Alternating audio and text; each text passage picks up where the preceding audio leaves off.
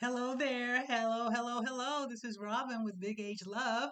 Thank you for stopping by, and I hope you're doing well. I hope you've had a great week. Um, and you practice self-care and you're doing all the necessary things to keep you sane in these troubled times. So I want to say rest in powerful peace, Reverend Jesse Jackson. And even though the flags were not flown in half staff in honor of him, we know who you are. We will always know who you are. And we definitely thank you for all of the contributions that you have made throughout your life. I voted on Tuesday, so that box is checked. So I just want to make certain that you know that there are a lot of changes afoot about renewing your and registering and all of the new required documents that are going to be required in order for you to do that. So just please try to keep up on the updates and all of the breaking news about those sorts certain things because that is coming in through the pipeline, and it is necessary to cast your vote. But you also want to make certain that you have all the necessary documents that are going to be needed in order for you to do that. Okay, casting your vote is super duper important. So let's make certain that we follow through on that. So today I want to talk to you about something important. I want to talk to you about triggers and being triggered. The word, and I know that we've all experienced being triggered at some point in our life. If you're a human being, you have. Um, the word is defined as follows: to experience a sudden, intense, and often involuntary negative emotional or physical reaction such as fear, anger, or panic, usually caused by a reminder of past trauma. Okay? Um, Earlier this week, I was talking to a very good friend of mine who um, was in our old hometown to attend. She was there and she attended a homegoing that she didn't know about until she got there. And so she went with her older brother, and while she was there, she took a lot of pictures, and she shared them with me while we were on the phone. And she even asked me if I knew a certain person, and he looked familiar, but I didn't really know his name. And then she showed me a picture of other folks there. They looked vaguely familiar. I remembered their names, but I didn't remember their faces. And I did remember the names of some of the boys who I saw. They were in grade ahead of me, or they were in my class, but they were not nice people. They were terrors. They really were. I I couldn't care if I ever saw them again in my life. So I just kind of erased that part of my memory. And there were pictures that she sent me that had women in them, women and younger women who I assume were their daughters or whatnot. And I asked her who these people were, and she told me, and the name I kind of recollected the name, but not really. But it wasn't until after we got off the phone that I started thinking about the name that she told me. And I realized that the name that she told me was this girl who was in the sixth grade, and she was part of the Mean Girl Brigade in the sixth grade, who would choose, she and a group of her friends would choose a fifth grade girl to jump on after school. And during that time, way, way, way back in the day, you could not fight on the school grounds or you'll get expelled. So everything had to happen after you reached a certain point, after you exited the school. So I heard through the grapevine that I was next on the list. So, I'm a lover. I'm not a fighter, and I'm not about that life.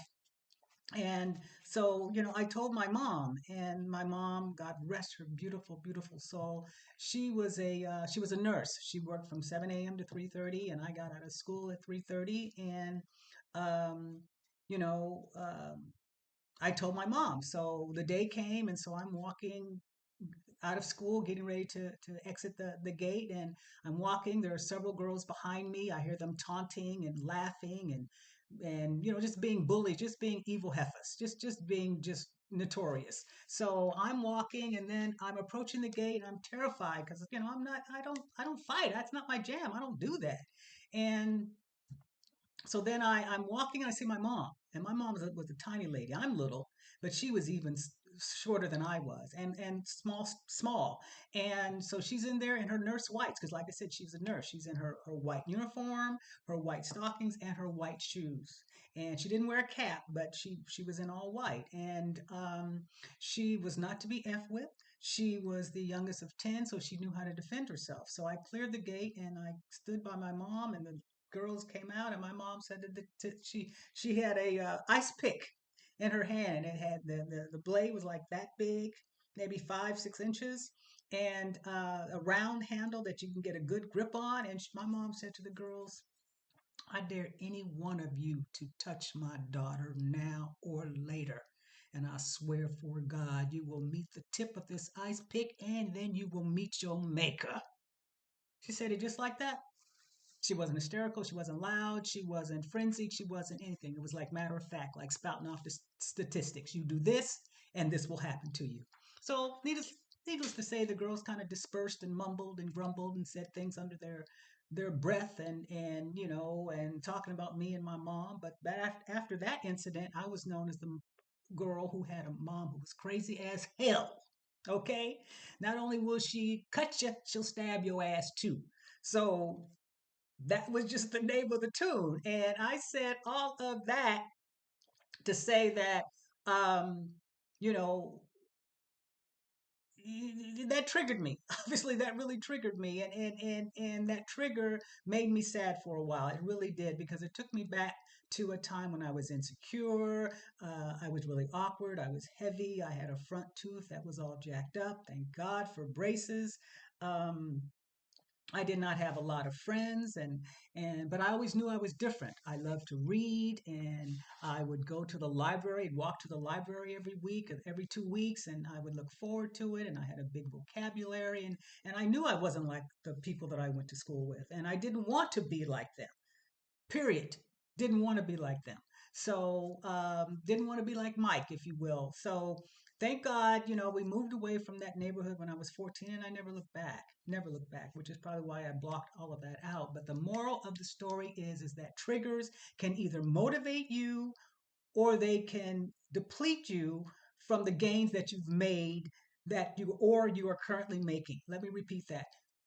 Triggers can motivate you to continue to move forward for momentum, or they can uh, put you in a grasp of non action, not being able to go forward, not being able to progress, and being placed back where you were before you were not triggered. So we have a choice. We have a choice. Like I mentioned before, we are not going to go to the pity party and make a plate and find a comfortable seat and sit there for a few hours. We're not doing that. We're not doing that. You can go to the pity party and you can stay for a few hours. I mean, a couple hours, and then you can leave. You're not going to get comfortable. You're not going to wallow in it. You're not going to commiserate with other people. You're not comparing notes. You're not showing PowerPoint slides at all. You're going to get your ass out. You're not going to hang out at the pity party, okay? Um, you know, um, you know, the trigger for me, it has re-energized me. It has re-energized me because I know I am blessed. I know that I have a purpose, I am protected, and I am loved. Thieves do not, hear me now, thieves do not steal from empty houses. So obviously you've got something going on, something that they want, that they can't have, that they're trying to take from you. Thieves do not steal from empty houses. And I know that God has plans for me, plans to prosper me and not to harm me, plans to give me hope and a future. Amen. And he has plans for you too, Ruth. I mean, not Ruth. He has plans for you too. You got to believe that, because that's the truth, Ruth. You know what I'm talking about. You know exactly what I'm talking about. So, that's what I'm talking about today. That's what I want to relay to you today. Um, the trigger was a drag. It's over with now. I'm sharing how I responded to it and what happened to me in order for that trigger to come through. And I'm looking forward to a good weekend. I'm hanging out with my grandson. We're going to a farmer's market celebrating Black History Month, and they're going to have all these Black vendors. So I'm looking forward to that. We haven't seen each other since Christmas, so I'm going to hang out with